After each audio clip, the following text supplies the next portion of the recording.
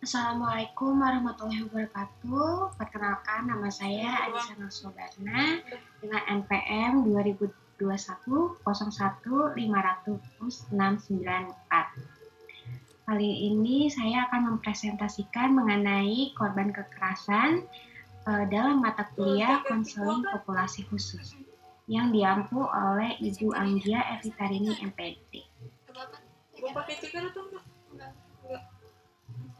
Apa itu kekerasan? Kekerasan adalah segala bentuk perilaku atau tindakan yang dilakukan oleh individu atau kelompok yang bertujuan untuk menyakiti, melukai, merugikan, atau memaksakan kehendak kepada orang lain, baik secara fisik, psikologis, verbal, maupun simbolis. Kekerasan ini dapat terjadi dalam berbagai bentuk seperti penggunaan kekuatan fisik, ancaman, tekanan emosional, pengabaian, atau perilaku agresif lainnya yang berdampak pada kerugian fisik, mental, atau sosial bagi individu atau kelompok yang menjadi korban. Kekerasan dapat terjadi di berbagai lingkungan, termasuk rumah tangga, masyarakat, sekolah, tempat kerja, atau ruang publik, dan seringkali melanggar norma sosial, hukum, dan hak asasi manusia. Lalu ada jenis-jenis kekerasan. Yang pertama ada kekerasan fisik. Jadi kekerasan fisik ini melibatkan tindakan yang melukai atau menyakiti tubuh korban secara langsung seperti memukul, menendang, mencubit, menampar. Lalu yang kedua ada kekerasan psikologis atau emosional.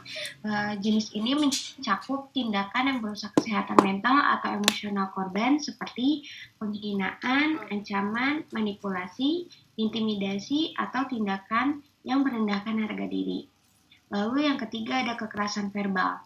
Kekerasan ini dilakukan melalui kata-kata yang menyakitkan, menghina, atau mengancam seperti memaki, merendahkan, atau menggunakan ujaran kebencian.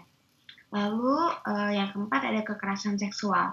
Kekerasan seksual ini melibatkan tindakan pelecehan seperti eksploitasi atau pemaksaan aktivitas seksual tanpa persetujuan, termasuk pemerkosaan, pelecehan verbal, atau eksploitasi seksual anak. Lalu ada faktor-faktor kekerasan.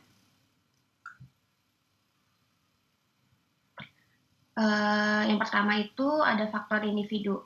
Jadi yang poin pertama itu mengenai kesehatan mental, gangguan psikologis atau emosi yang tidak stabil seperti kecemasan, depresi, atau gangguan kepribadian.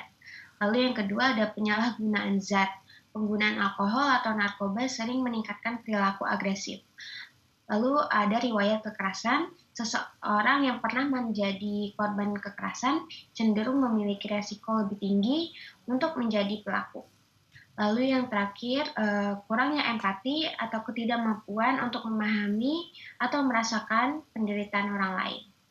Lalu yang kedua ada faktor keluarga, polarisasi peran dalam keluarga, itu seperti ketidakseimbangan kekuasaan antara anggota keluarga, seperti suami yang dominan terhadap istri. Lalu poin yang selanjutnya, kehidupan rumah tangga yang tidak harmonis, jadi konflik rumah tangga, perceraian, atau perselingkuhan. Lalu poin yang selanjutnya adalah pola asuh yang keras, metode pengasuhan yang melibatkan hukuman fisik atau verbal. Lalu poin yang terakhir yaitu kemiskinan, jadi tekanan ekonomi ini dapat memicu stres dan kekerasan dalam keluarga.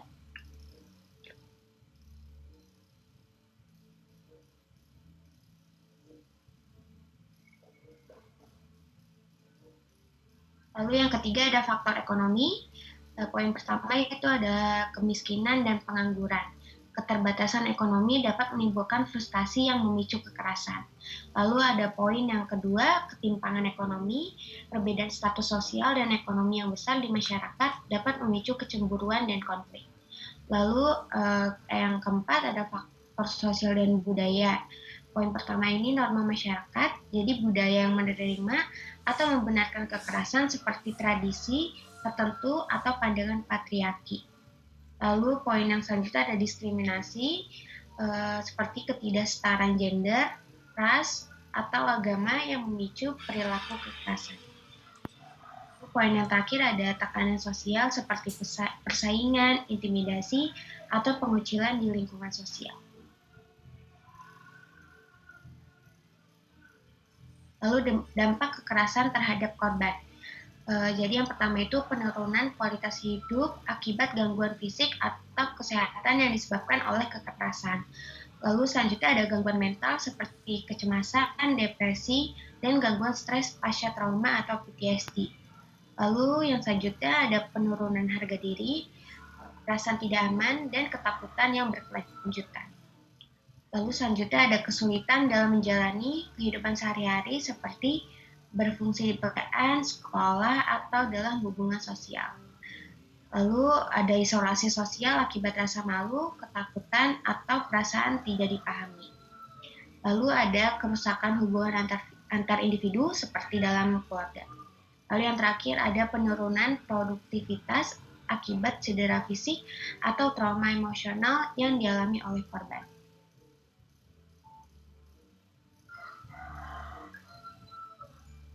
Lalu selanjutnya ada profil klien.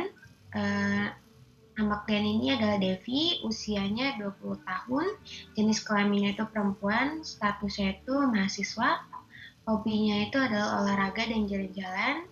Devi ini adalah anak pertama dari 2 bersaudara.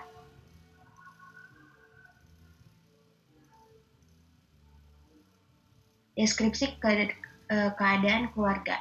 Jadi klien ini adalah anak pertama dari 2 bersaudara.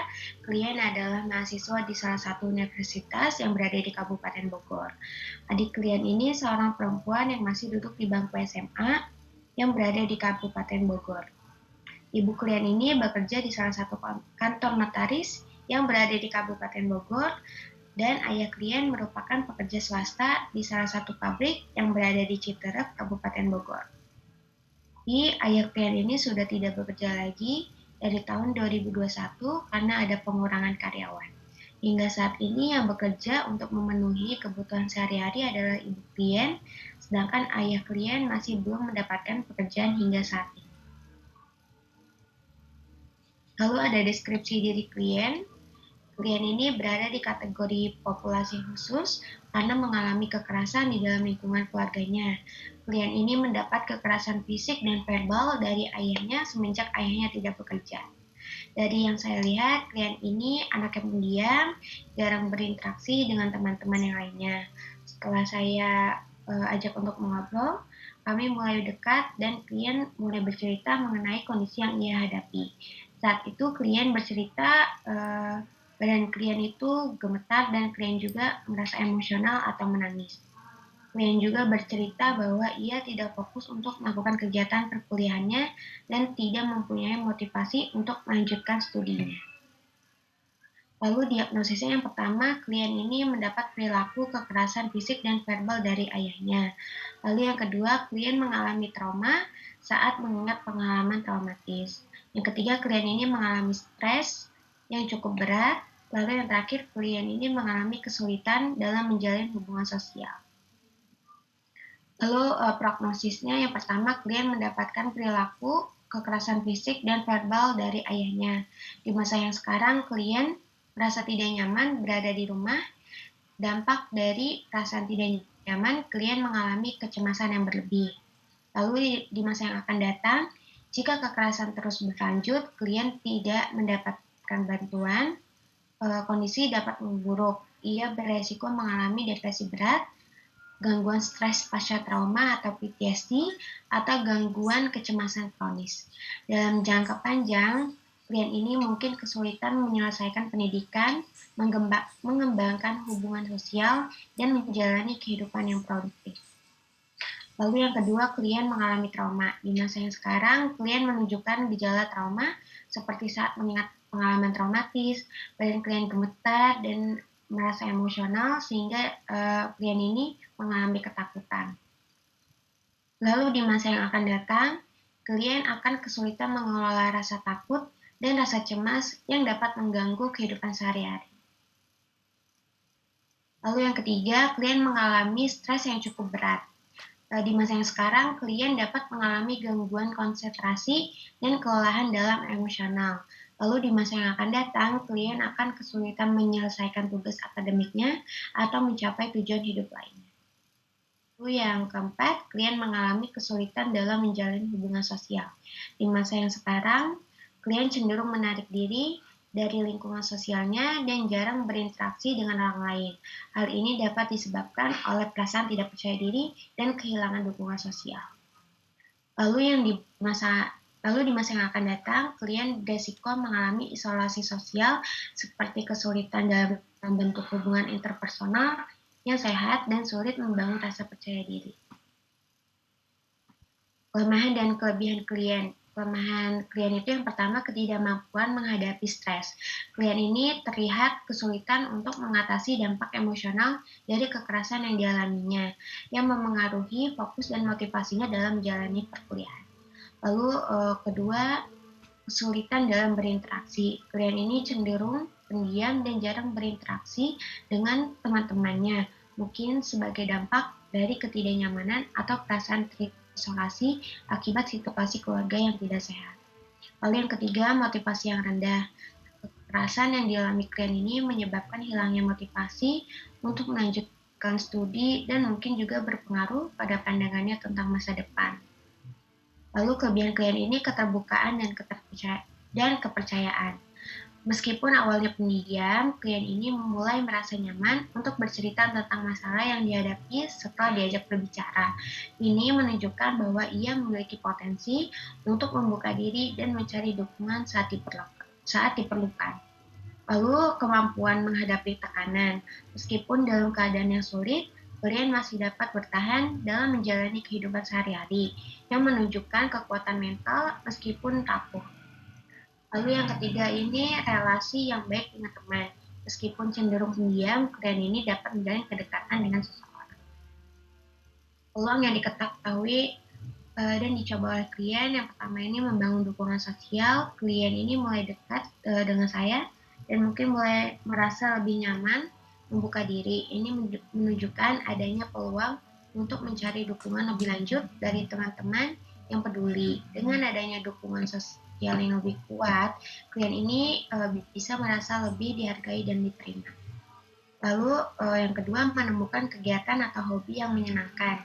Klien bisa mencoba untuk mengeksplorasi hobi atau kegiatan yang membantunya menenangkan pikiran dan merasa lebih puas dengan dirinya sendiri. Aktivitas ini bisa membantu mengalihkan perhatiannya dari stres, meningkatkan kesejahteraan mental, serta memberi rasa pencapaian dan kepuasan. Layanan konseling yang dilakukan saat observasi itu yang pertama, pendekatan kognitif perilaku atau CBT. Pendekatan ini berfokus pada hubungan antara pola pikir, perasaan, dan perilaku. Pendekatan ini membantu klien untuk mengenali dan mengubah pola pikir negatif yang mungkin muncul akibat trauma. Lalu yang kedua ada pendekatan Person Client Centered atau PCC. Pendekatan ini berfokus pada klien sebagai individu yang memiliki kapasitas untuk memahami dan mengatasi masalah mereka sendiri dalam lingkungan yang aman, empatik, dan tanpa menghakimi. Lalu evaluasi, klien ini mengalami perubahan yang positif dalam emosional. Konselor hanya melakukan pemantauan secara berkala.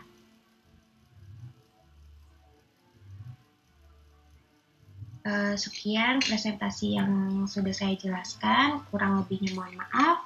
Wassalamualaikum warahmatullahi wabarakatuh.